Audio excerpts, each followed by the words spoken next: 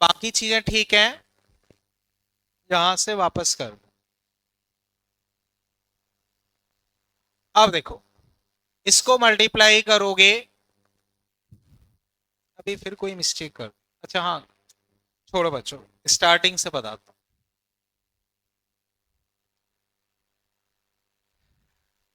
तो बच्चों आप इधर आ जाएं, ठीक है।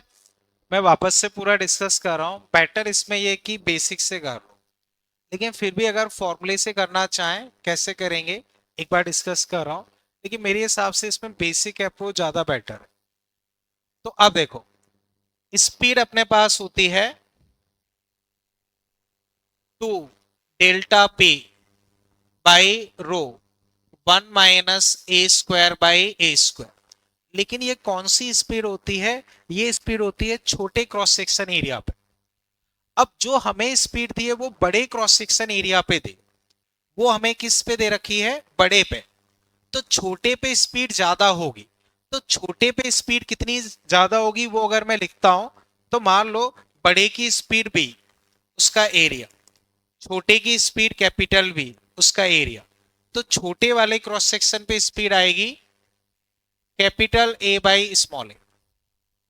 ये पॉइंट क्लियर है? अब मैं दोनों तरफ स्क्वायर कर रहा हूं, तो a² by a² v² to pressure difference rho G H by rho 1 - a² by a²। ये रो कट गया, इसको मैं वहां भेज रहा हूं, वहां भेजूंगा, इससे मल्टीप्लाई करूंगा, तो a² by a² - 1 into v² 2gh। Clear है? अब मैं डेटा पुट कर रहा हूं, तो देखो a² बाई a² - 1 टू जी, मान लो 10, हाइट बच्चों 2.5 मिलीमीटर, तो 2.5 10⁻³ स्पीड का स्क्वायर। तो स्पीड है बच्चों 4, 4 का स्क्वायर 16, लेकिन सेंटीमीटर में तो -4। अब देखो -2 और ये 5, -2 और 5, तो 5/16 इंटू 10 का स्क्वायर। ठीक है, अब इसको इधर उधर करता हूं, तो 500/16, 500/16 +1 a² बाई a²। बच्चों आवाज बंद कर दें। a² बाई a², 516/16, तो यहां से a बाई ए आ गया 4 और 516। 516 बच्चों किसी का रूट होता है क्या इधर? ठीक है, एक बार मान लेते हैं जैसे 20 का 400, 22, 22 का कुछ बैठ जाएगा। चलो ठीक है, मान लो 22 मान लिया बच्चों। ठीक है, अब समझो, मान लो ये कुछ 22 आया, 22 को हमने इससे डिवाइड किया, तो लगभग 5.5 मान लो, 5.5। तो 5.5 अपना एरिया का रेशो हो गया, तो स्पीड छोटे वाले पे 5.5 टाइम्स बढ़ जाएगी। तो यहां स्पीड थी 4, उसको 5.5 से मल्टीप्लाई कर दो, तो लगभग लगभग 20 के आसपास वो आंसर मैच कर जाए। बट बेटर ऑप्शन इसमें यह है P1, उससे ज्यादा आसानी से आ जाएगा, फॉर्मूले से थोड़ा लेंदी पड़ा है, उससे डायरेक्ट आ जाए। इधर आप सीधे बैठ जाएं, सीधे बैठ जाओ। बच्चों बताओ अभी इसमें कहीं कोई तकलीफ? क्लियर है ये? चले आगे हम। ठीक, 17 बच्चों हमने कर लिया था, 18 भी बच्चों हमने कर लिया था। अब बच्चों मैं क्वेश्चन नंबर 11 डिस्कस कर रहा हूं, उसे तुम लोग देखो। बच्चों अगर एनसीईआरटी देखोगे तो उसके सॉल्व एग्जाम्पल में ये क्वेश्चन मिल जाएगा। तो ये एनसीईआरटी के सॉल्व एग्जाम्पल में क्वेश्चन है, मैं डिस्कस कर रहा हूं, तुम लोग बच्चों देखो। ठीक है, इधर कॉर्नर में, अब आपकी गर्दन इधर उधर ना हो। ठीक, तो बच्चों अब इधर समझे, ये मान लो एरोप्लेन है। मैंने तुम्हें बताया था एरोप्लेन की डिजाइनिंग इस तरह से रहती है कि ऊपर स्पीड ज्यादा रखते, ऊपर स्पीड ज्यादा होने की वजह से ऊपर प्रेशर कम हो जाता। ऊपर प्रेशर तुम्हारा कम है, ऊपर प्रेशर कम है, नीचे प्रेशर ज्यादा है। तो यहां P1 वन इंटू एरिया, यहां P2 इंटू एरिया, एक नेट फोर्स ऊपर की तरफ आएगा जो कि mg को बैलेंस करेगा। ये चीज क्लियर है? अब ये विंग्स मान लो, इसको तुम सामने से देख रहे हो तो एक पतली सी लाइन दिखेगी। तो अब समझना, देखो ये मान लो विंग्स है, एक पॉइंट मैंने ऊपर लिया, एक पॉइंट मैंने नीचे लिया। यहां प्रेशर P1, यहां एयर की स्पीड V1, यहां प्रेशर P2, एयर की स्पीड V2। तो V1 बच्चों ज्यादा होता है तो प्रेशर ये कम हो जाता है। समझ गए? अब यहां से P2 टू इंटू एरिया, एक फोर्स ऊपर लगेगा, यहां से P1 वन इंटू एरिया, एक फोर्स नीचे, और जो पूरे प्लेन का वजन होता है mg, वो नीचे लगेगा। बच्चों बताओ यहां तक कोई तकलीफ? ठीक है। अब वापस समझो, mg को प्रेशर डिफरेंस का फोर्स बैलेंस करेगा, तो मैं लिखूंगा P2 into area, P1 into area, mg। तो यहां से pressure difference P2 minus P1। मास बच्चों तुम्हें कितना दिया है? एरोप्लेन का मास बच्चों 5.4 इंटू 10 की पावर 5 G10 है।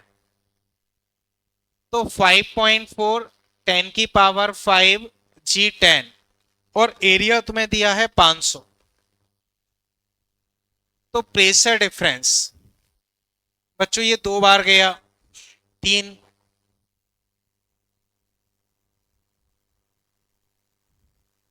बोलो बच्चों यहां तक कोई मिस्टेक? प्रेशर डिफरेंस बच्चों तुम्हारा 10.8 इंटू 10 की पावर, ये आ गया। इसमें अभी कहीं कोई दिक्कत? ये चीज क्लियर है? अब वापस देखो, मैं 1 और 2 पॉइंट पे बर्नौली इक्वेशन लगा रहा हूं। उससे पहले जो तुम्हें रफ्तार दी है वो 1080 है, उसको 5/18 से मल्टीप्लाई करो, ये तुम्हारे पास आ जाएगा 300। तो जो स्पीड दी है 1080 किलोमीटर पर सेकेंड, उससे रफ्तार कितनी आ गई? 300। ये क्लियर है? अब वापस देखते हैं, तुमसे पूछा है फ्रैक्शनल चेंज इन स्पीड, या उसका परसेंटेज पूछा। तो चेंज इन स्पीड क्या हो जाएगी? जैसे मुझे बताओ V1 V2 कहां पे स्पीड ज्यादा है? V1 V2 कौन ज्यादा है? V1। तो चेंज क्या बोलोगे? V1 minus V2। चेंज तुम्हारे पास क्या होगा? V1 minus V2।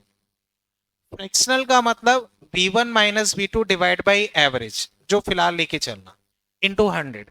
ये हमें निकालना। ये चीज क्लियर है? अब देखो, मैं 1 और 2 पॉइंट पे बर्नौली इक्वेशन लगा रहा हूं। तो 1 पॉइंट पे बच्चों अगर मैं लिखता हूं प्रेशर P1, इस बच्चों इसी को मैंने रेफरेंस लाइन मान लिया, यही रेफरेंस लाइन है। तो बताओ 1 पॉइंट की रेफरेंस लाइन से क्या हाइट है? 0। 0 हाइट है, तो सेकंड टर्म अगर मैं लिखूंगा ρg0, speed half rho V1 square. अब बताओ सेकंड पॉइंट पे प्रेशर क्या है? सेकंड पॉइंट पे प्रेशर P2, उसकी रेफरेंस लेवल से height 0, half rho V2 square. ये क्लियर है? अब देखो, इसको इधर कर रहा हूं, तो अब देखना, half rho P1 square V2 square, P2 minus P1। अब इसी को बच्चों में लिख रहा हूं V1 minus V2, V1 plus V2 by 2, pressure difference upon density. ये चीज क्लियर है? अब इधर देखो, v1 minus v2 average speed. Average speed तुम्हें कितनी दे रखी है? 300। एवरेज स्पीड बच्चों कितनी दे रखी है? 300। तो इसकी जगह मैंने इस पूरे की जगह एवरेज स्पीड जो 300 दे रखी है वो रख दी। अब प्रेशर डिफरेंस वो हम निकाल चुके हैं, कितना आया है? 10.8, 10 की पावर 3। एयर की डेंसिटी 1.2। अब देखो, इसको डिवाइड करोगे तो v1 माइनस v2, ये इससे जाएगा 9 टाइम्स, तो 9000। 9000 को 300 से डिवाइड कर दो, कितना आ गया? 30। बताओ बच्चों, यहां तक कोई तकलीफ? तो स्पीड में चेंज तुम्हारे पास आया 30, यहां तक कोई तकलीफ? अब समझो, स्पीड में चेंज 30 है, तो परसेंटेज चेंज कैसे लिखोगे? तो 30/300 इंटू 100, आंसर कितना आ जाएगा? 10। अब चेक करें बच्चों, इसमें कहीं कोई दिक्कत हो? तो बच्चों मैं वापस पूरा बता रहा हूं, mg नीचे लगेगा, नीचे से प्रेशर डिफरेंस का फोर्स वो तुम लिखोगे तो P2A, ऊपर से P1A, P2A minus P1A mg। Data put किया, प्रेशर डिफरेंस आ गया। अब स्पीड जो है उसको मैंने मीटर पर सेकंड में कन्वर्ट किया, वो 300 आ गई। ठीक है, दोनों पॉइंट पे बर्नौली इक्वेशन लगाया। ये चीज इंपॉर्टेंट है, यहां आके बच्चा कंफ्यूज हो जाता है कि इसके बाद कैसे सॉल्व करें।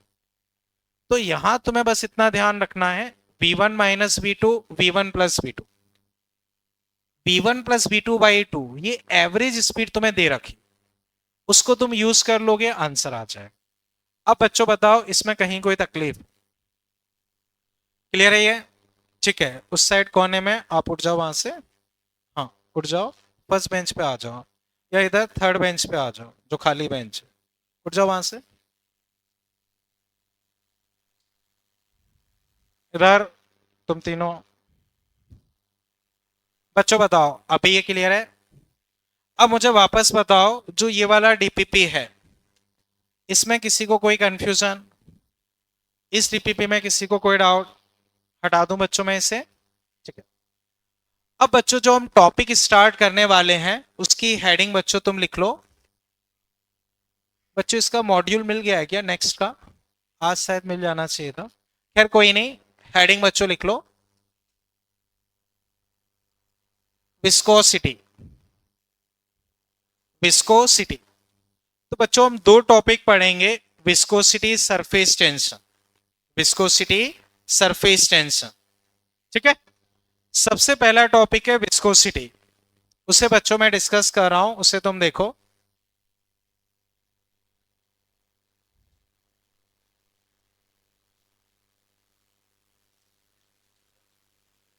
हाँ बोलो। अब बच्चों केवल एनसीईआरटी तक ही चलेंगे, या थोड़ा उससे ऊपर, कि थ्योरी पार्ट सारा कवर हो जाए। जैसे मान लो मेंस हो, एडवांस हो, या एनसीईआरटी, थ्योरी समय सेम रहती, बस क्वेश्चन का फर्क रहता है।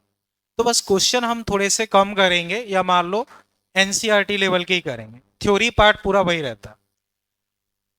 तो बच्चों आप देखना, एक सरफेस ये रही, एक सरफेस बच्चों ये, एक ये मोबाइल। बच्चों अब इधर आ जाए, ये इस पे ऐसे मूव कर रहा है, तो बताओ इन दोनों के बीच में कौन सा फोर्स लग रहा है? फ्रिक्शन। तो सॉलिड में बच्चों, सॉलिड में जैसे फ्रिक्शन होता है, वैसे ही यहां दो सॉलिड की सरफेस एक दूसरे पे मूव कर रहे हैं, तो इनको कौन अपोज कर रहा है? फ्रिक्शन। अब जब लिक्विड फ्लो करता है, तो हम ऐसे मान के चलते हैं कि लिक्विड लेयर्स में फ्लो कर रहा है। ओके, तो बच्चों आप देखो, ये मान लो लिक्विड है, इसको बहुत सारी लेयर्स में मान सकते, तो अब समझना,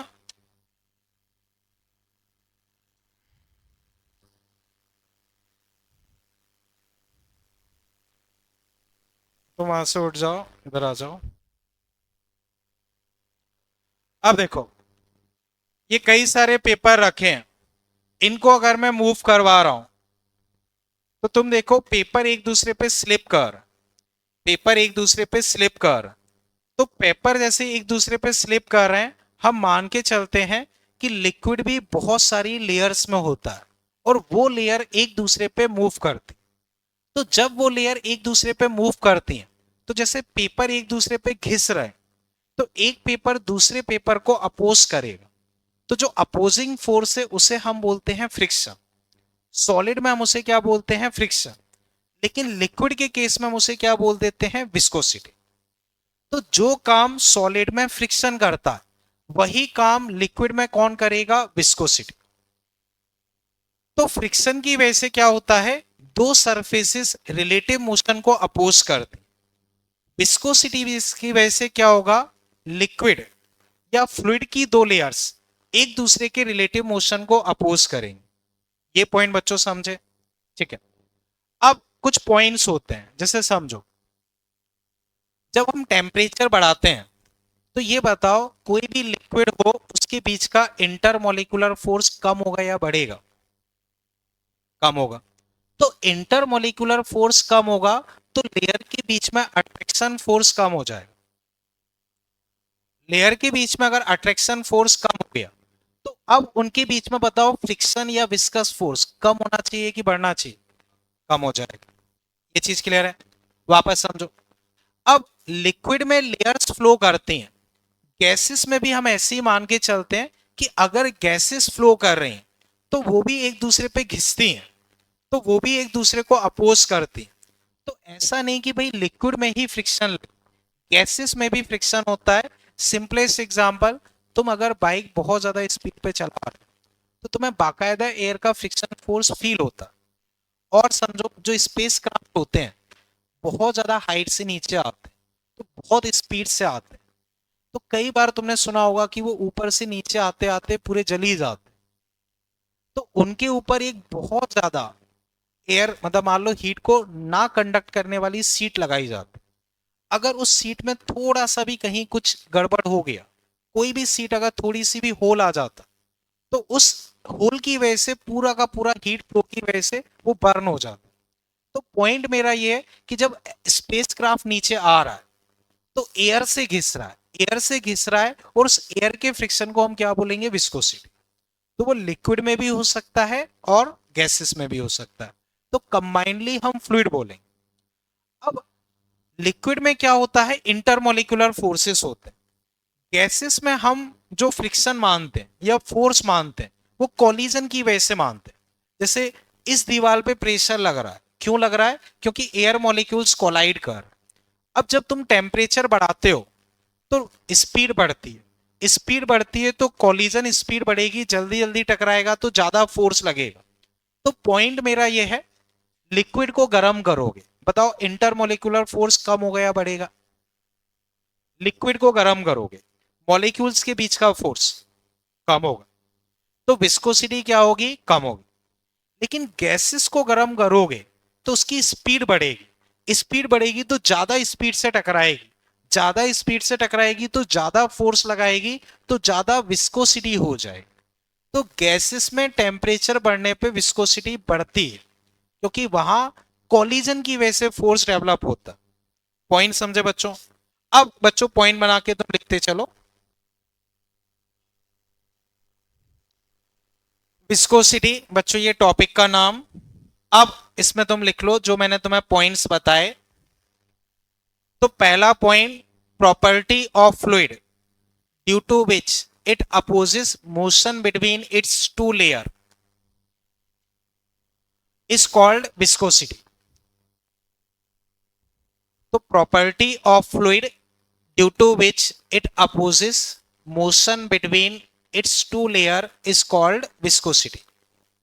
तो विस्कोसिटी की वजह से वो अपनी दो लेयर के बीच में मोशन को अपोज करेगा। विस्कोसिटी की वजह से वो अपनी दो लेयर के बीच में मोशन को अपोज करेगा। इसी चीज को हम बोलते हैं विस्कोसिटी। ठीक है।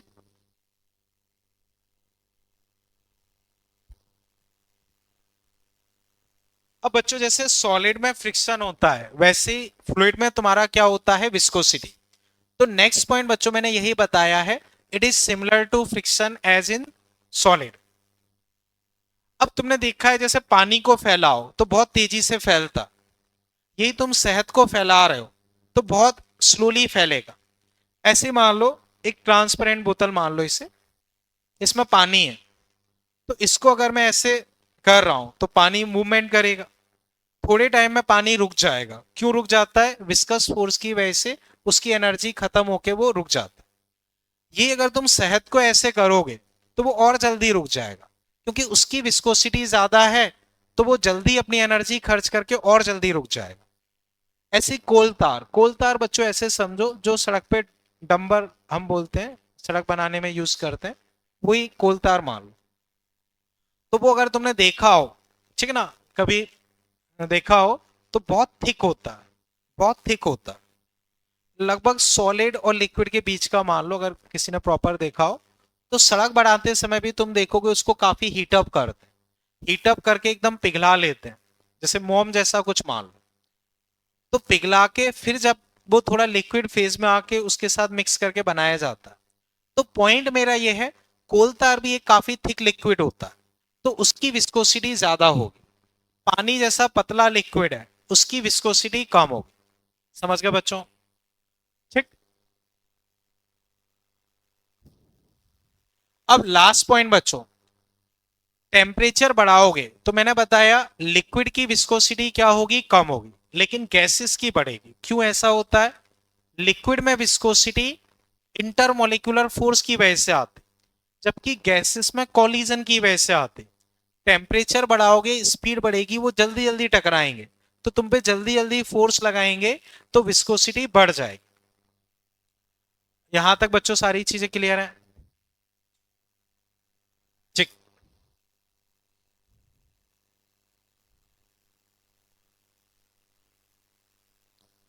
अब याद करो बच्चों, एक टॉपिक हमने डिस्कस किया था, pressure gradient.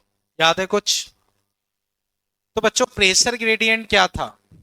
Rate of change of pressure with distance, rate of change of pressure with distance.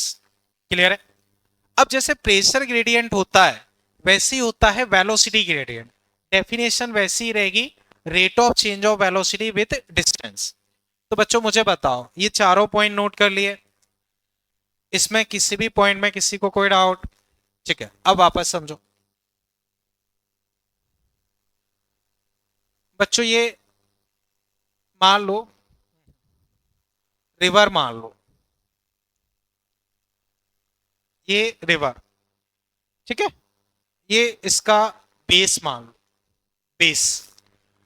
अब रिवर में तुमने एक लकड़ी का पीस पटक दिया और रिवर फ्लो कर रही, मान लो 20 मीटर पर सेकेंड। तो बताओ जो लकड़ी का पीस तुमने पटका है वो किस रफ्तार से फ्लो करेगा? बोलो बच्चों। 20। कोई तकलीफ? ठीक है, अब वापस देखो। हाँ बच्चों, ये लकड़ी का पीस है, तुमने पटक दिया, किस रफ्तार से फ्लो कर रहा है? 20। तो होगा ये, इसकी इस लेयर पे वाटर चिपक जाएगा, तो यहां पे जो वाटर की लेयर होगी वो इसी के साथ साथ चल रही है, तो ये किस रफ्तार से भागेगी? 20। अब सोचो, इसके नीचे जो जमीन है, रिवर फ्लो कर रही है, बताओ जमीन कहीं जा रही है? तो जमीन से जो चिपकी हुई लेयर है पानी की, जमीन से भी एक पानी की लेयर चिपकेगी, बताओ उसकी रफ्तार क्या होगी? तो अब मेरे क्वेश्चन का फिर आंसर, जमीन वाली का रफ्तार क्या हुआ? 0, और टॉप वाली लेयर का 20। लेट्स से ये डिस्टेंस 5 है, तो बताओ यहां स्पीड 0, यहां स्पीड 20, तो स्पीड कितनी हो गई? 0 से 20, और डिस्टेंस में चेंज 5, तो rate of change of velocity with distance, तो वेलोसिटी में चेंज 20, इसमें 5, तो ये आ गया 4। इसे हम बोलेंगे वेलोसिटी ग्रेडियंट, वेलोसिटी ग्रेडियंट। फिर समझो, मान लो ये 30, ये 10, बताओ वेलोसिटी ग्रेडियंट, वेलोसिटी ग्रेडियंट 3। इसमें भी क्या होता है समझो, ये है इसकी बहुत सारी लेयर्स मान लो, बहुत सारी लेयर्स। इसकी रफ्तार जीरो, इसकी और ज्यादा, इसकी थोड़ी और ज्यादा, और ज्यादा और ज्यादा और ज्यादा, तो ऐसे रफ्तार बढ़ती चली जाती। समझ पाए? तो वापस समझो, ये जीरो ये 20, ऐसा नहीं है जीरो 20 बीच का कुछ पता ही नहीं, वो कंटिन्यूअसली बढ़ेगी, कंटिन्यूअसली। तो बताओ 30 इसकी है, अगर मैं 5 पे कोई लेयर लेता हूं, 5 डिस्टेंस में, उसकी स्पीड क्या होनी चाहिए? 15। समझ गए बच्चों? ठीक है। अब बच्चों इसमें तुम लिख लो velocity gradient, rate of change of velocity with distance is called velocity gradient. Rate of change of distance, rate of change of velocity with distance is called velocity gradient.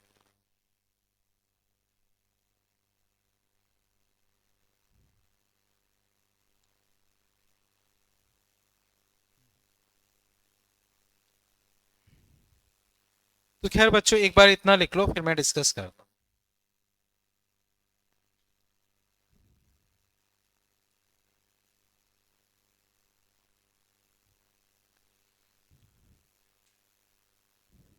Rate of change of velocity with distance is called velocity gradient. ठीक है?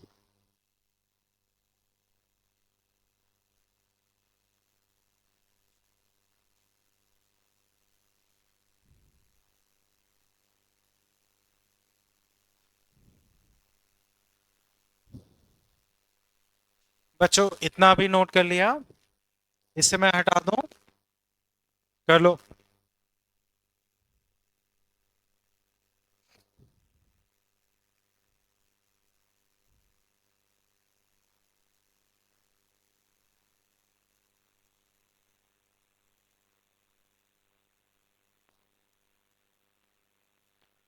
बच्चों अभी हटा दूं इसे, ठीक है।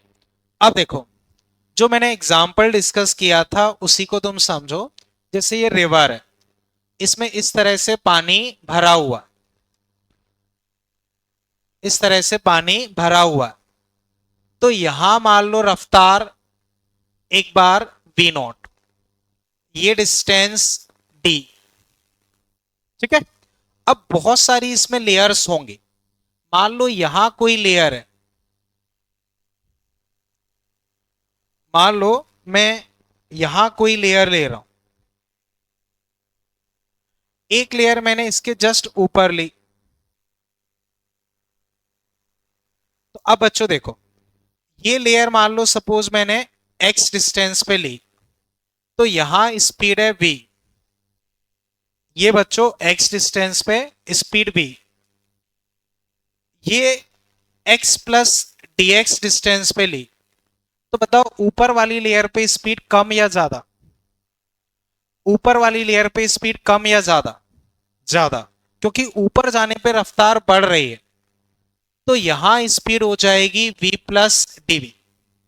अब अगर मैं वेलोसिटी ग्रेडियंट लिखता हूं, वेलोसिटी ग्रेडियंट, तो बताओ इन दोनों में वेलोसिटी में कितना चेंज हुआ?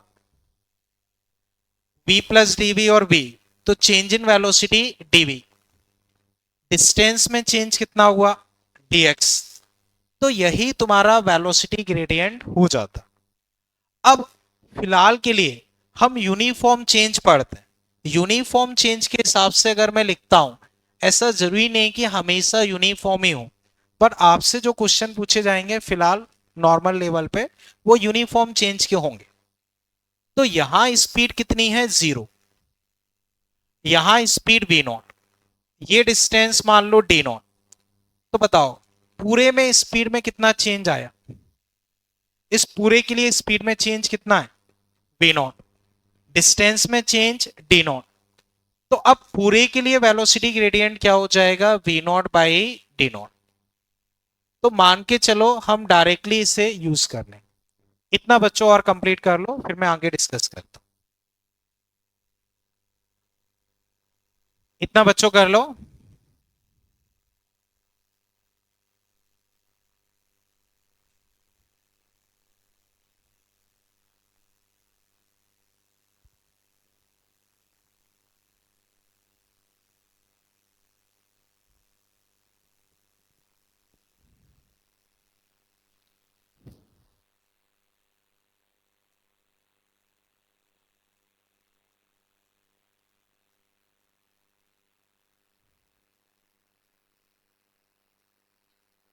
इधर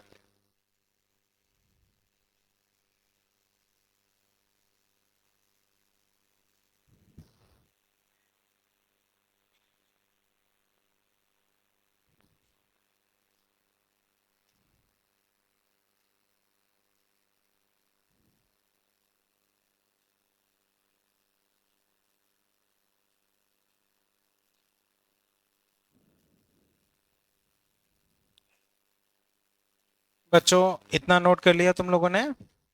ठीक है, अब समझो। जैसे न्यूटन ने हर जगह अपने लॉ दिए हैं, तो अब विस्कोसिटी में उनका क्या लॉ है वो हम डिस्कस करने वाले हैं। तो पहले इतना नोट कर लिया बच्चों, कर लो, फिर हम डिस्कस करते हैं।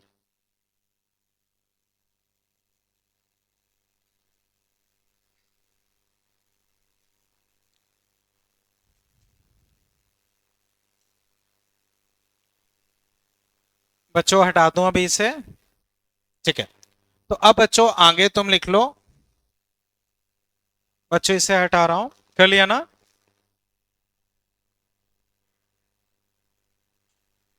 नेक्स्ट हेडिंग बच्चों लिख लो विस्कस फोर्स। Viscous force. तो बच्चों जैसे मैंने तुम्हें बताया, देखो, मान लो एक स्विमिंग पूल है, उसने उसमें तुमने मान लो कोई लकड़ी का पीस रख दिया, तो बताओ वो मूव करेगा या वहीं रहेगा? वहीं रहेगा। अब मान लो तुमने उसको कोई वेलोसिटी दे दी, तो थोड़े टाइम बाद तुम देखोगे वो रुक जाता है। जैसे स्विमिंग पूल में मान लो कोई बोट है, उसको तुमने धक्का दे दिया, या तालाब में कोई बोट है, उसको तुमने धक्का दे दिया, तो वो थोड़े टाइम में रुक जाती है। क्यों रुक जाती है? क्योंकि ये पानी की सरफेस है, तो पानी की सरफेस तो रुकी हुई है। तुमने बोट को ऐसे वेलोसिटी दे दी, इस तरह से वेलोसिटी तुमने दे दी, तो ये वाली लेयर और ये वाली लेयर में आपस में रिलेटिव मोशन हो गया। रिलेटिव मोशन हो गया तो इस पे विस्कस फोर्स लगेगा। कहां लगेगा? जैसे ये लकड़ी का पीस है, तो इस पे विस्कस फोर्स कहां लगेगा? पीछे। वेलोसिटी आगे, फोर्स पीछे, तो उस फोर्स की वजह से धीरे धीरे वेलोसिटी कम होगी और वो रुक जाएगा। ये चीज समझ गए? अब इलास्टिसिटी में तुमने पढ़ा होगा शेयर स्ट्रेस। क्या पढ़ा होगा? Shear stress. तो शेयर स्ट्रेस क्या होता है? जैसे फोर्स इस पे लग रहा है ऐसे, इस डायरेक्शन में मान लो फोर्स लग रहा, इस डायरेक्शन में फोर्स लग रहा, और ये वाला एरिया, जिस सरफेस पे फोर्स लग रहा है वही एरिया, तो force by area, force by area को हम बोलते हैं shear stress. Force by area को हम क्या बोलते हैं? Shear stress. तो न्यूटन ने हमसे कहा कि भाई जो ये शेयर स्ट्रेस होता है, शेयर स्ट्रेस, विस्कस फोर्स की वजह से जो शेयर स्ट्रेस होगा वो वेलोसिटी ग्रेडियंट के प्रोपोर्शनल होगा। ये चीज समझे? न्यूटन ने हमसे कहा कि विस्कस फोर्स की वजह से जो शेयर स्ट्रेस डेवलप होगा वो किसके प्रोपोर्शनल होगा? Velocity gradient. वेलोसिटी ग्रेडियंट मान लो मैंने अभी तुम्हें डीवी बाई डी एक्स बताया, एक्स की जगह वाई ले लो, कोई फर्क नहीं पड़ता है। तो वेलोसिटी ग्रेडियंट तुम्हारे पास क्या हो गया? DV by D Y. बोलो बच्चों यहां तक कोई दिक्कत? तो एक बार बच्चों इतना और नोट कर लो, फिर मैं आगे डिस्कस करता हूं। तो according to Newton, shear stress is directly proportional to velocity gradient. Shear stress तुम्हारी किसके प्रोपोर्शनल आ जाएगी? वेलोसिटी ग्रेडियंट के।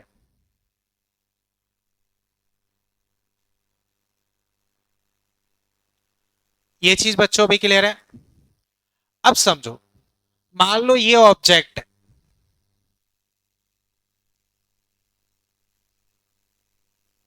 इसका एरिया ए, एरिया बच्चों ए, इस पे विस्कस फोर्स ऐसे एफ पीछे लग रहा, वेलोसिटी इसकी इधर है, तो बच्चों वेलोसिटी के अपोजिट फोर्स लग रहा है, रजिस्टिव फोर्स है। रजिस्टिव फोर्स है, उस वजह से कई बार माइनस लगा दे। वेलोसिटी इधर है, फोर्स इधर लगेगा, तो रजिस्टिव नेचर का फोर्स है, तो कई बार एक माइनस लगा देते। प्रोपोर्शनलिटी अगर हम हटाएंगे तो हम एक कांस्टेंट लेंगे। कांस्टेंट बच्चों हम लेते हैं ईटा, डीवी बाई डी वाई। तो यहां से फोर्स तुम्हारे पास आ जाता है माइनस का eta A DV by D Y. तो विस्कस फोर्स, ये कौन सा फोर्स है तुम्हारा? Viscous force.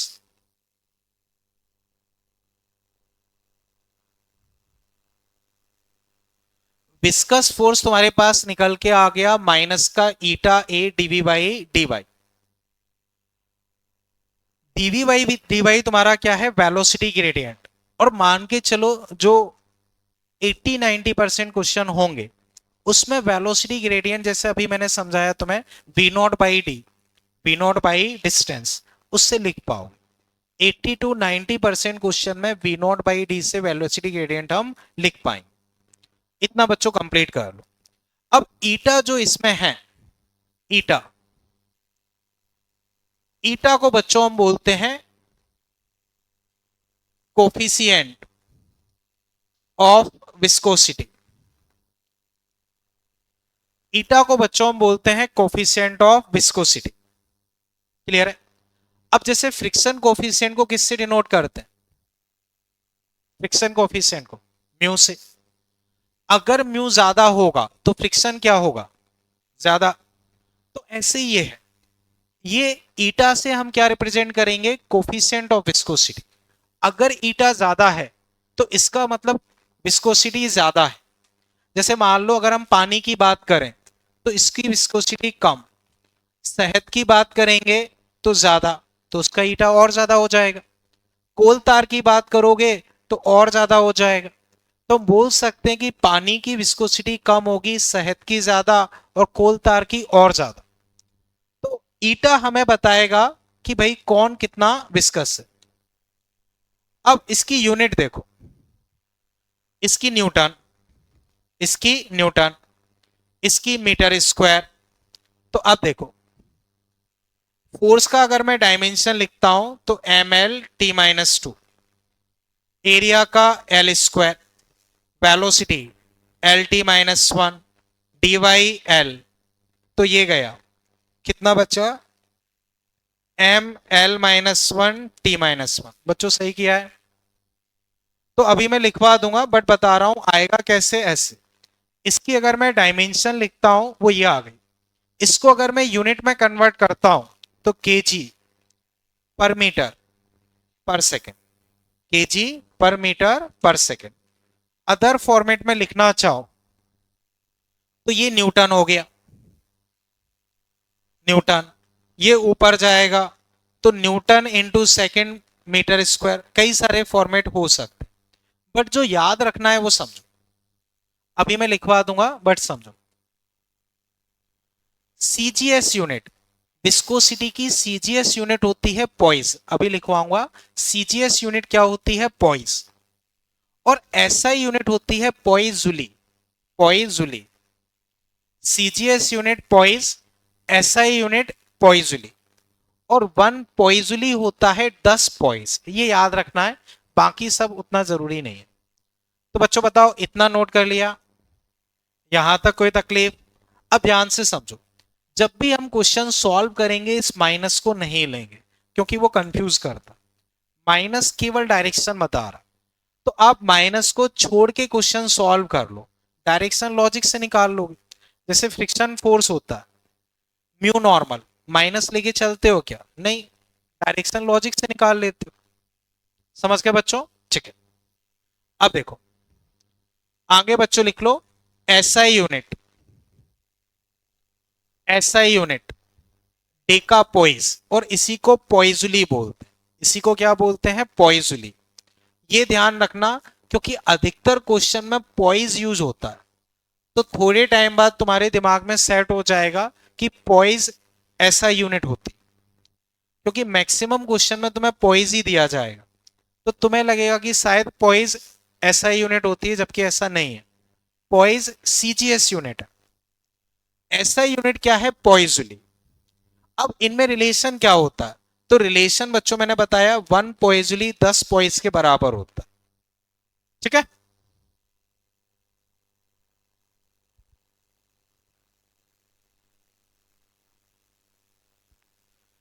डायमेंशन बच्चों कैसे आएगी वो अभी मैंने सिखाई दिया था, वो ये आ गई। तो बच्चों अब अगर मैं पूरे टॉपिक को कंक्लूड करूं तो जो हमने विस्कोसिटी पढ़ा, विस्कोसिटी में बच्चों हमने क्या पढ़ा, फ्लूइड की वो प्रॉपर्टी जिसकी वजह से वो अपनी दो लेयर्स के बीच में मोशन को अपोज करता है, उसे हम बोलते हैं विस्कोसिटी। जैसे सॉलिड्स में फ्रिक्शन होता था वैसे यहाँ क्या होता है, विस्कोसिटी। जो पतले लिक्विड होंगे उनकी विस्कोसिटी कम, जो थिक लिक्विड होंगे उनकी विस्कोसिटी ज्यादा। टेम्परेचर बढ़ाओगे लिक्विड की विस्कोसिटी कम होगी, गैसेस की बढ़ेगी। क्लियर है। फिर हमने पढ़ा वेलोसिटी ग्रेडियंट। वेलोसिटी ग्रेडियंट क्या होता है, rate of change of velocity with distance. तो dv by D x, maximum cases में वी नॉट बाई डी से काम हो जाए। अब ज्यादा जरूरी है ये फॉर्मूला, कौन सा फॉर्मूला, जो अभी मैंने लिखा, F equal to eta A DV by D X. Minus को काउंटिंग में मत लो, क्वेश्चन सॉल्व करते समय तो माइनस लोगे तो उससे कंफ्यूज हो जाओगे, उसकी जगह ये फॉर्मेट याद रखो। माइनस डायरेक्शन बता रहा है, वो लॉजिक से कर लो। क्लियर है। यहां CGS unit poise, SI unit poiseuille, relation ये रहा। यहां तक बच्चों चीजें क्लियर है। चलें बच्चों आगे। ठीक है। अब बच्चों जो तुम्हें डीपीपी नंबर 5 मिला हुआ है उसे देखो, उसमें क्वेश्चन नंबर फर्स्ट ट्राई करो। डीपीपी 5 उसमें क्वेश्चन नंबर फर्स्ट देखो।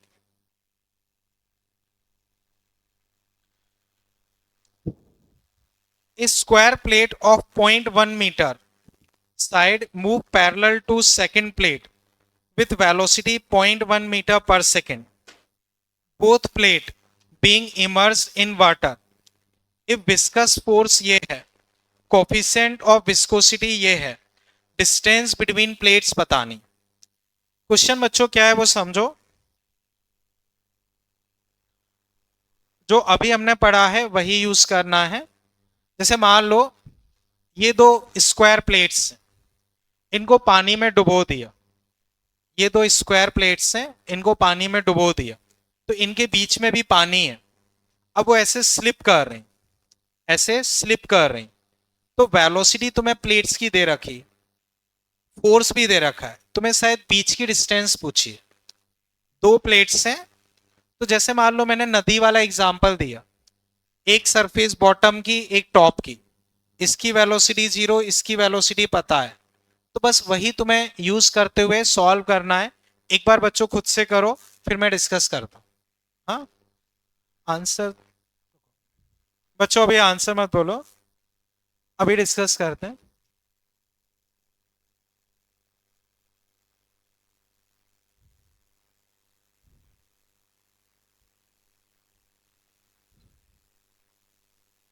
तो मान लो ये दो प्लेट्स हो गई हैं, ठीक है। अब इनकी वेलोसिटी है 0.1 मीटर पर सेकेंड। ये डिस्टेंस नहीं पता, डी, ये मान लो वी नॉट, ठीक है। फोर्स तुम्हें दे रखा है,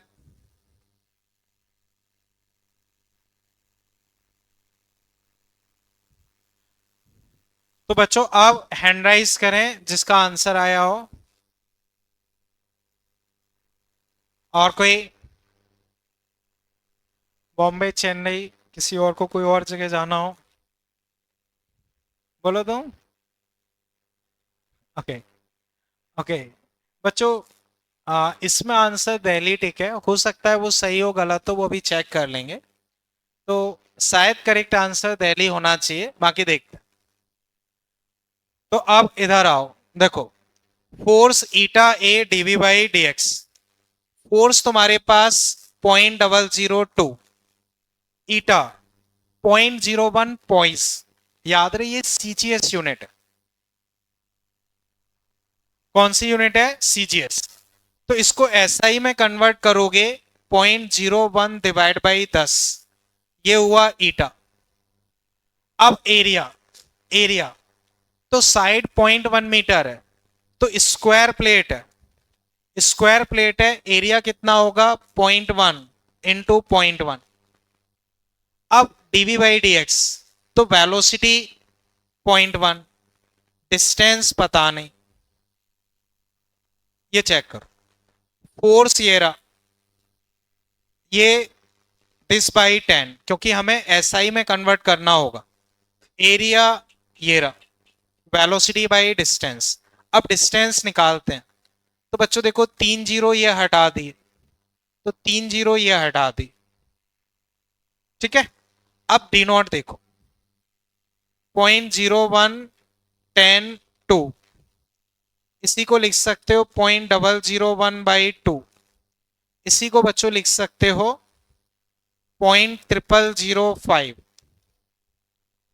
0.0005। तो आंसर बच्चों होना चाहिए दिल्ली।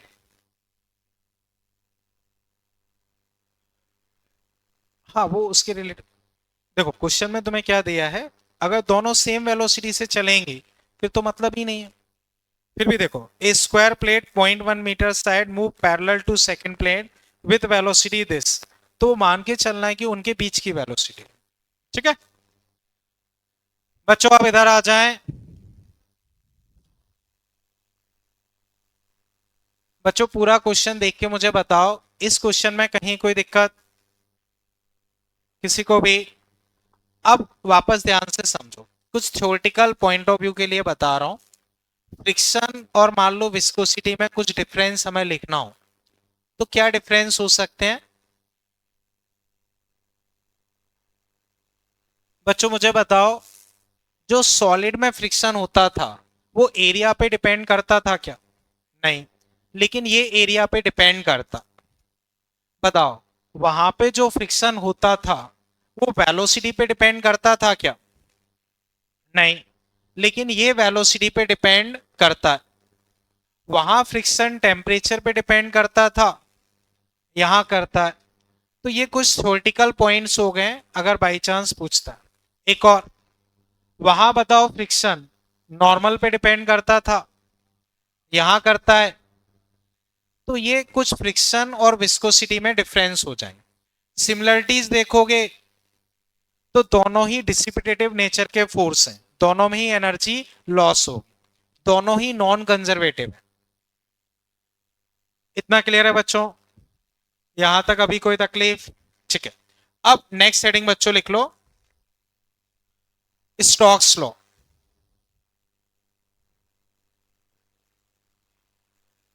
स्टोक्स लॉ,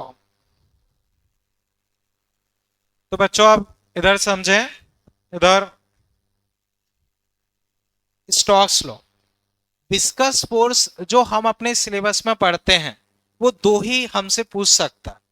एक, जैसे किसी प्लेट पे पूछ रहा है, जो अभी हमने डिस्कस किया। कोई मान लो फ्लैट सरफेस है, अब वो सर्कुलर वगैरह कैसी भी रहे लेकिन फ्लैट सरफेस, तो उस पर फोर्स कैसे निकलेगा हमने अभी डिस्कस किया। दूसरा बच्चों वो हमसे पूछ सकता है स्फेयर के लिए, बहुत छोटे से स्फेयर के लिए। अब बाकी किसी के लिए हमसे नहीं पूछेगा। जैसे मान लो तुमसे बोला कि भाई कोई क्यूबॉइड है, किसी विस्कस लिक्विड में मूव कर रहा है, उस पर विस्कस फोर्स क्या लगेगा, तो आंसर ये होगा कि हम नहीं बता सकते, वो हमारे सिलेबस का नहीं है। मान लो कोई सिलेंड्रिकल ऑब्जेक्ट है, उसको किसी लिक्विड में पटक दिया, वो मूव कर रहा है, उस पर विस्कस फोर्स क्या लगेगा, तो वो हम नहीं पढ़ते। हम कौन सा विस्कस फोर्स पढ़ते हैं? दो चीजों पे। एक, अगर फ्लैट सरफेस हो, फ्लैट सरफेस पे विस्कस फोर्स क्या होगा हमने पढ़ा, eta A DV by D x, eta A DV by D x. दूसरा बच्चों हम पढ़ते हैं स्फेयर पे।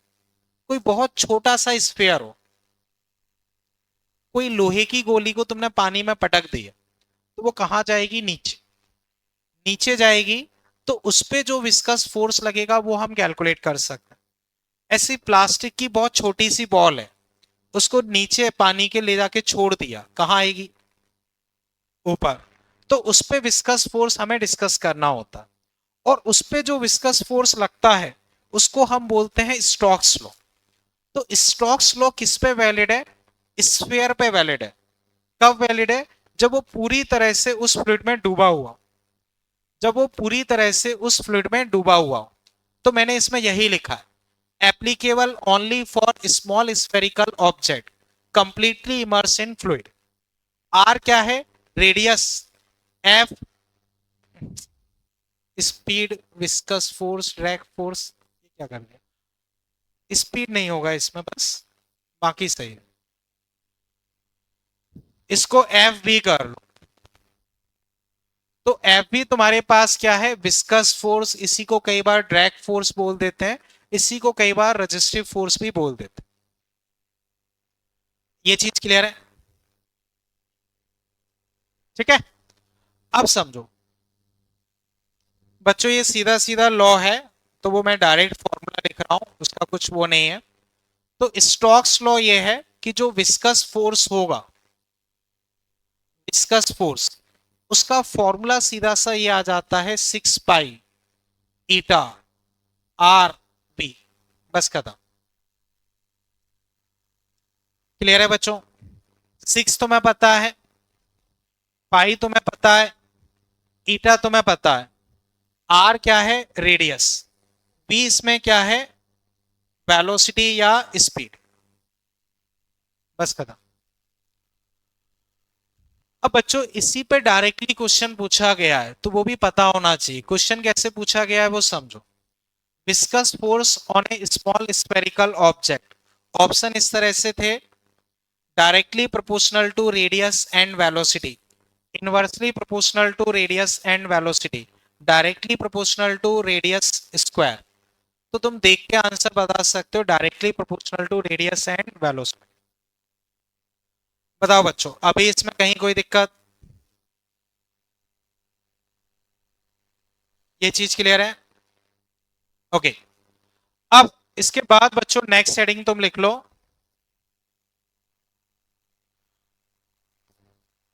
नेक्स्ट हेडिंग बच्चों लिख लो, टर्मिनल,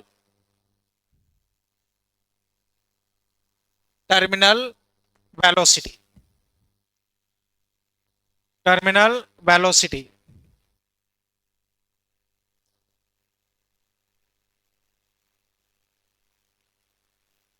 टर्मिनल वेलोसिटी, ठीक है। अब बच्चों समझो, पहले मैं समझा रहा हूं फिर आपको लिखवा दूंगा। जैसे एक सिंपल से क्वेश्चन का आंसर दो। एक ऑब्जेक्ट है, इसको h हाइट से ड्रॉप किया, बताओ बॉटम पे स्पीड क्या होगी? √2g h, बिल्कुल सही है। अब बारिश की बूंदें गिर रही हैं, बारिश की बूंदें गिर रही हैं, बारिश की बूंदें बहुत ज्यादा हाइट से गिरती, बहुत ज्यादा हाइट से गिरती। तो बताओ जैसे जैसे नीचे आएगी उसकी स्पीड बढ़ेगी या कम होगी? बढ़ेगी। स्पीड निकालना है तो ये फॉर्मूला लगा सकते हैं, लेकिन जब हम एक्चुअल में ये फॉर्मूला लगाते हैं तो स्पीड इस फॉर्मूले से कुछ और आती है, और बारिश की बूंदों की स्पीड उससे काफी कम आती। समझ पाए? वापस समझो। मान लो बारिश की बूंदें इस तरह से गिर रही हैं, तो अगर हम √2gh फॉर्मूला लगाएं तो जो वैल्यू आएगी एक्चुअल में स्पीड उससे काफी कम आती। एक और ऑब्जर्वेशन ये देखा गया है कि मान लो ड्रॉप गिर रही है, तो उसकी वेलोसिटी गिरने के साथ बढ़ना चाहिए कि कम होना चाहिए? बढ़ना चाहिए। लेकिन प्रैक्टिस में ये देखा गया है कि जैसे जैसे वो गिरती जाती है, एक टाइम के बाद उसकी स्पीड कांस्टेंट हो जाती है, और वो कांस्टेंट स्पीड से गिरती। उस कांस्टेंट स्पीड को ही हम क्या बोलते हैं? टर्मिनल स्पीड या टर्मिनल वेलोसिटी। ये चीज क्लियर है? इसका एक और एग्जांपल समझो। तुम बाइक चला रहे हो, तुमने एक्सीलरेट किया, मान लो अभी स्पीड 20 है, एक्सीलरेट करोगे स्पीड बढ़ेगी या कम होगी? बढ़ेगी। तो मान लो बढ़ के 30 हो गई, लेकिन तुमने फील किया होगा, अगर तुमने एक्सीलरेट किया स्पीड 30 हो गई और फिर थोड़े टाइम बाद वो फिक्स हो जाती, जबकि अगर इस पे फोर्स लग रहा है तो force by mass acceleration, speed 30, 40, 50, 60 बढ़ती जानी चाहिए, लेकिन थोड़े टाइम बाद फिक्स हो जाती है। फिक्स क्यों हो जाती है? क्योंकि जैसे ही तुम्हारी स्पीड बढ़ती है, तुम पे विस्कस फोर्स 6 पाई ईटा आर बी लगभग मान लो, तो वेलोसिटी बढ़ेगी तो ये विस्कस फोर्स बढ़ेगा, वेलोसिटी बढ़ेगी विस्कस फोर्स बढ़ेगा, तो तुमने एक्सीलेट करके जो एक्स्ट्रा फोर्स जनरेट किया वो इसके साथ बैलेंस हो जाएगा, net force zero, acceleration zero, velocity constant. ऐसे देखो, बारिश की बूंद नीचे गिर रही है, mg, ऊपर लगेगा विस्कस फोर्स, mg क्या करेगा, वेलोसिटी को बढ़ाएगा, वेलोसिटी बढ़ेगी तो ये विस्कस फोर्स बढ़ेगा, विस्कस फोर्स बढ़ेगा, ये वेलोसिटी बढ़ाएगा, ये कम करेगा। एक पॉइंट ऐसा आएगा जब ये दोनों फोर्स बैलेंस हो जाएंगे, फोर्स बैलेंस हो गए, एक्सीलरेशन जीरो, तो वेलोसिटी कांस्टेंट। तो उसी वजह से बारिश की बूंदें कांस्टेंट वेलोसिटी से गिरती। जो तुम बाइक चलाते हो उसमें भी यही फंडा रहता है, थोड़ा एक्सीलेट करोगे स्पीड फिक्स हो जाएगी, ऐसा नहीं कि बढ़ती ही चली गई। इतना बच्चों समझ गए? तो अब बच्चों आगे इसमें लिख लो टर्मिनल स्पीड, टर्मिनल स्पीड या वेलोसिटी जो भी लिख लिया है फर्क नहीं पड़ेगा, एक ही बात। इसमें बच्चों लिख लो तुम, when an object is dropped into a viscous fluid, then its speed increases and after some time it becomes constant. This constant speed is called terminal speed. तो जब किसी ऑब्जेक्ट को किसी लिक्विड में ड्रॉप करोगे तो उसकी स्पीड बढ़ेगी, लेकिन स्पीड बढ़ने के साथ साथ विस्कस फोर्स बढ़ेगा। तो स्पीड विस्कस फोर्स को बढ़ा रही है और विस्कस फोर्स स्पीड को कम कर रही है। वापस समझो, स्पीड क्या करेगी, विस्कस फोर्स को बढ़ाएगी, विस्कस फोर्स स्पीड को कम करेगा। तो एक पॉइंट ऐसा आएगा जब mg और विस्कस फोर्स या इस पे नेट फोर्स जीरो हो जाएगा। उस नेट फोर्स जीरो होने पे जो स्पीड आती है उस स्पीड को हम बोलते हैं टर्मिनल स्पीड।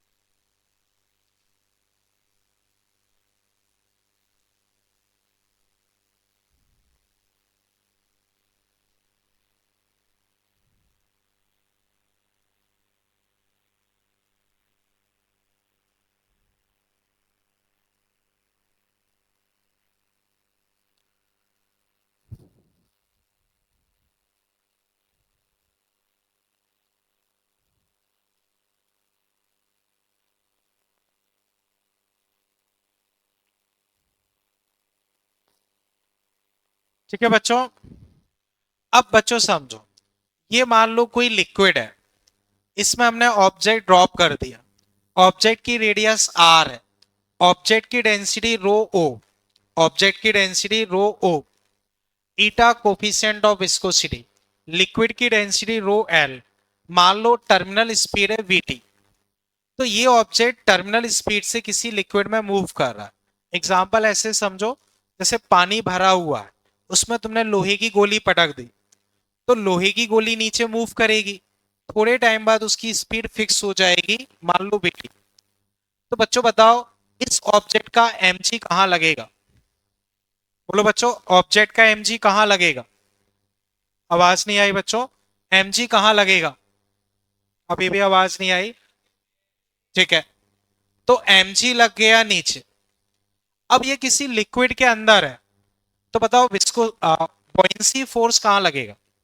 ऊपर, बॉयंसी फोर्स ऊपर। अब बताओ विस्कस फोर्स कहां लगेगा? विस्कस फोर्स कहां लगेगा? ऊपर।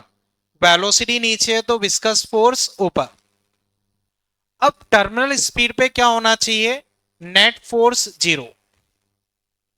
नेट फोर्स जीरो तो ऊपर वाला फोर्स नीचे वाले के बराबर, तो buoyancy force viscous force mg के बराबर। बॉयंसी फोर्स हमें पता है 4/3 pi r cube, density of liquid into g. Viscous force अभी भी हमने सीखा 6 pi eta r v mg।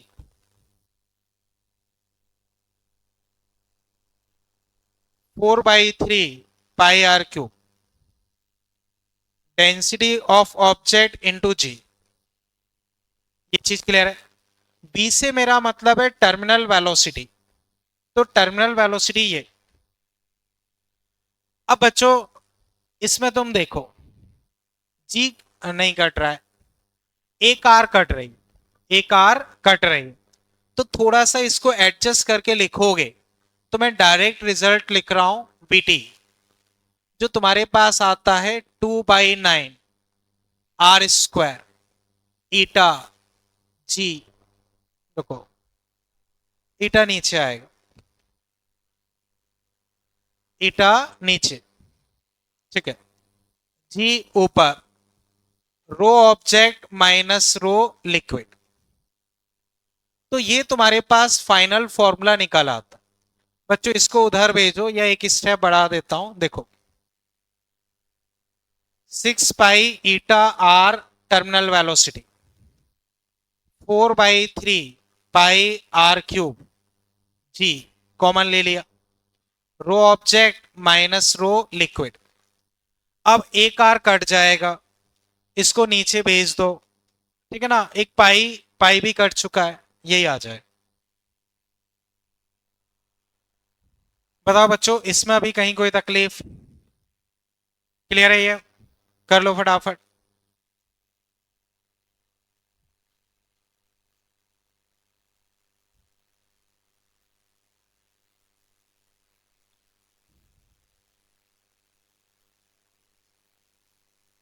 बोलो बच्चों कोई डाउट हो? कर लो। अब बच्चों जो मैंने तुम्हें डीपीपी दिया है उसे तुम एक बार देखो।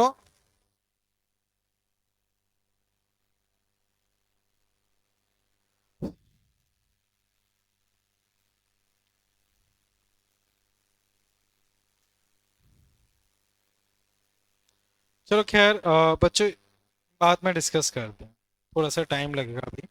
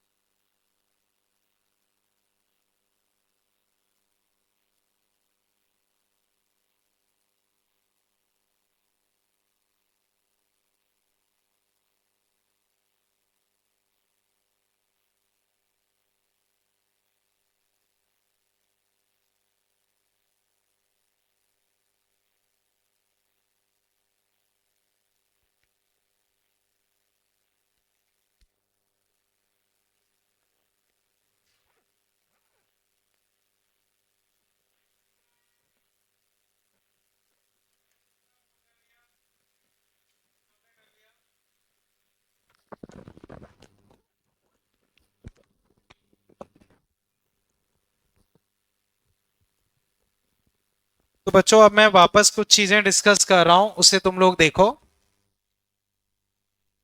बच्चों ऐसे समझो, ये मान लो लिक्विड भरा हुआ है, इसमें इस ऑब्जेक्ट को मैंने ड्रॉप किया, इसकी वेलोसिटी बढ़ रही है।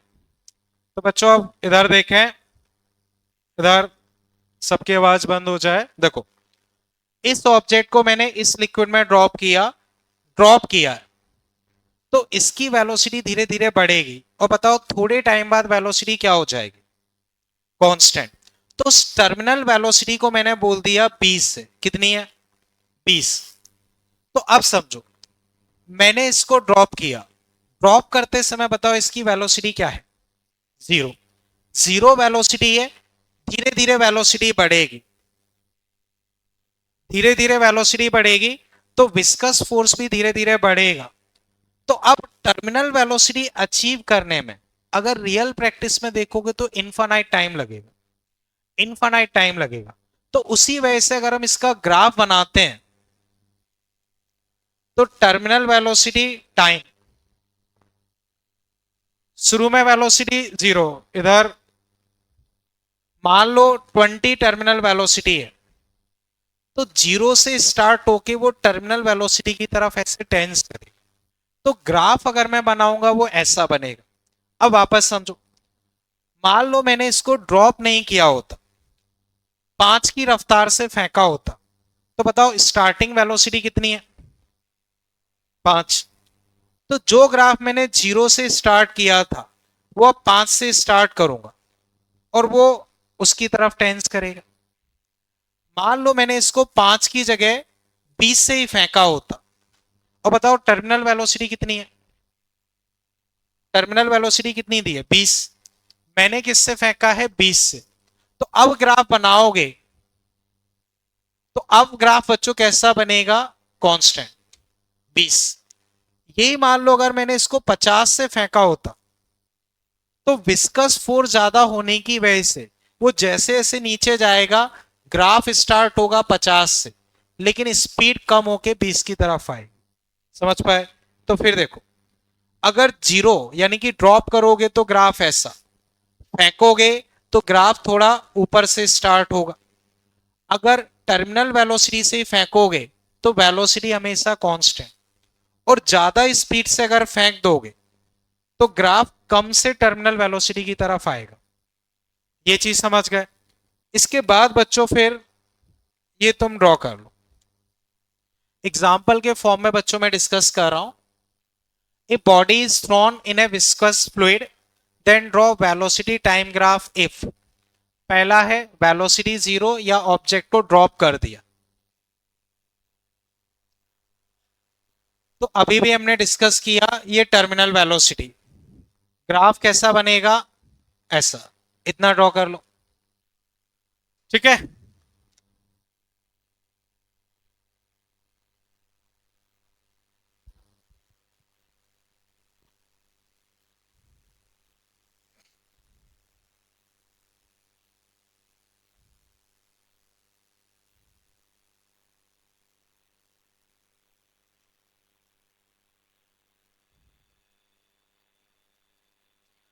इसका वो बाद में देखेंगे, अभी टॉपिक कंप्लीट कर। वैसे जो अभी मैंने पढ़ा दिया है उस बेसिस पे कर सकते। तो जैसे आंसर वैसे 9 आएगा, सही है। आंसर 9 आएगा इसमें।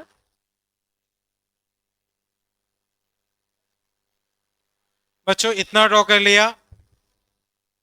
कर लो। फिर मैं वापस डिस्कस कर रहा हूं।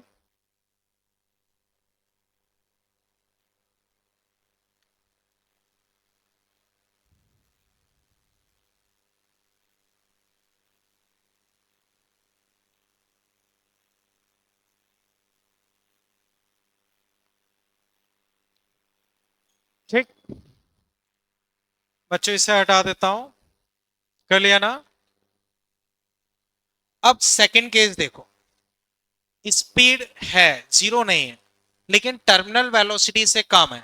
जैसे मैंने तुम्हें एग्जांपल दिया, मान लो टर्मिनल वेलोसिटी 20 और तुमने 5 से फेंक दिया, तो ग्राफ कैसा आएगा? यहां से स्टार्ट हो, ग्राफ यहां से स्टार्ट होगा 5 से, और फिर वो टर्मिनल वेलोसिटी को अचीव करेगा। ये चीज अभी क्लियर है?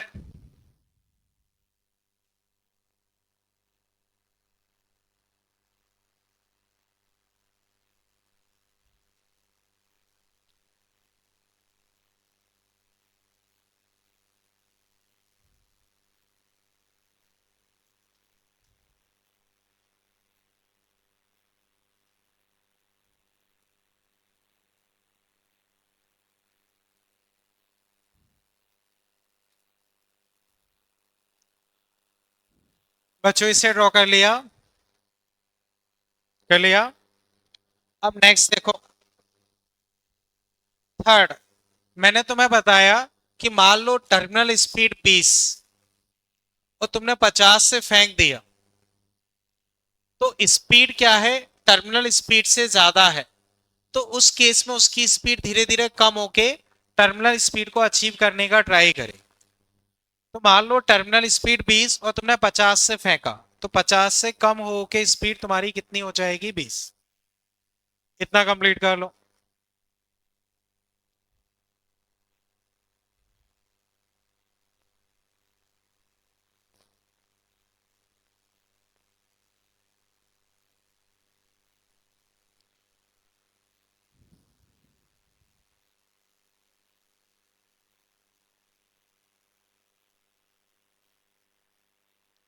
इतना ड्रॉ कर लिया बच्चों।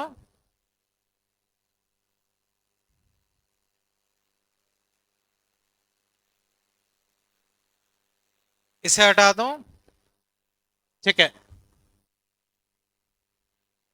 अब इसी में फोर्थ लिख लो। If initial velocity terminal velocity के बराबर है, तो इस केस में क्या होगा?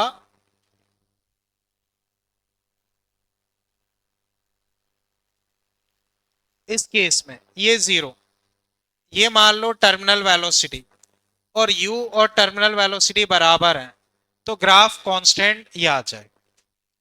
अगर 20 टर्मिनल वेलोसिटी है, तुमने 20 से ही फेंका है, तो वो वही रहेगी। अब ये क्लियर है? कर लो इतना।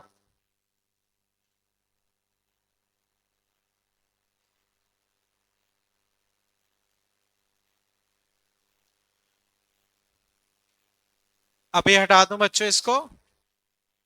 कर लिया सबने? ठीक है।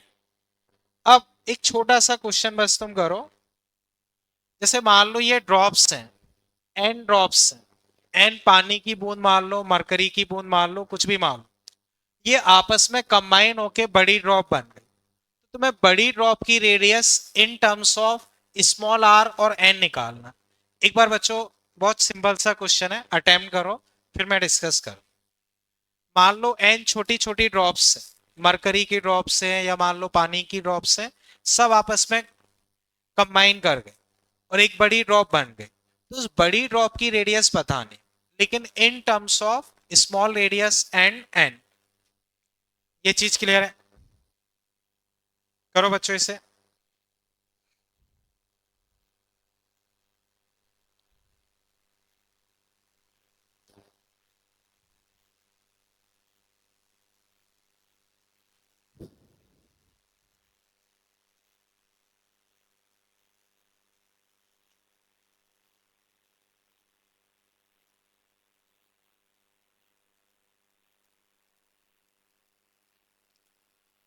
तो बच्चों, मैं डिस्कस कर रहा हूं, ये ड्रॉप्स हैं, ड्रॉप्स को हम स्फेरिकल मान के चलते हैं।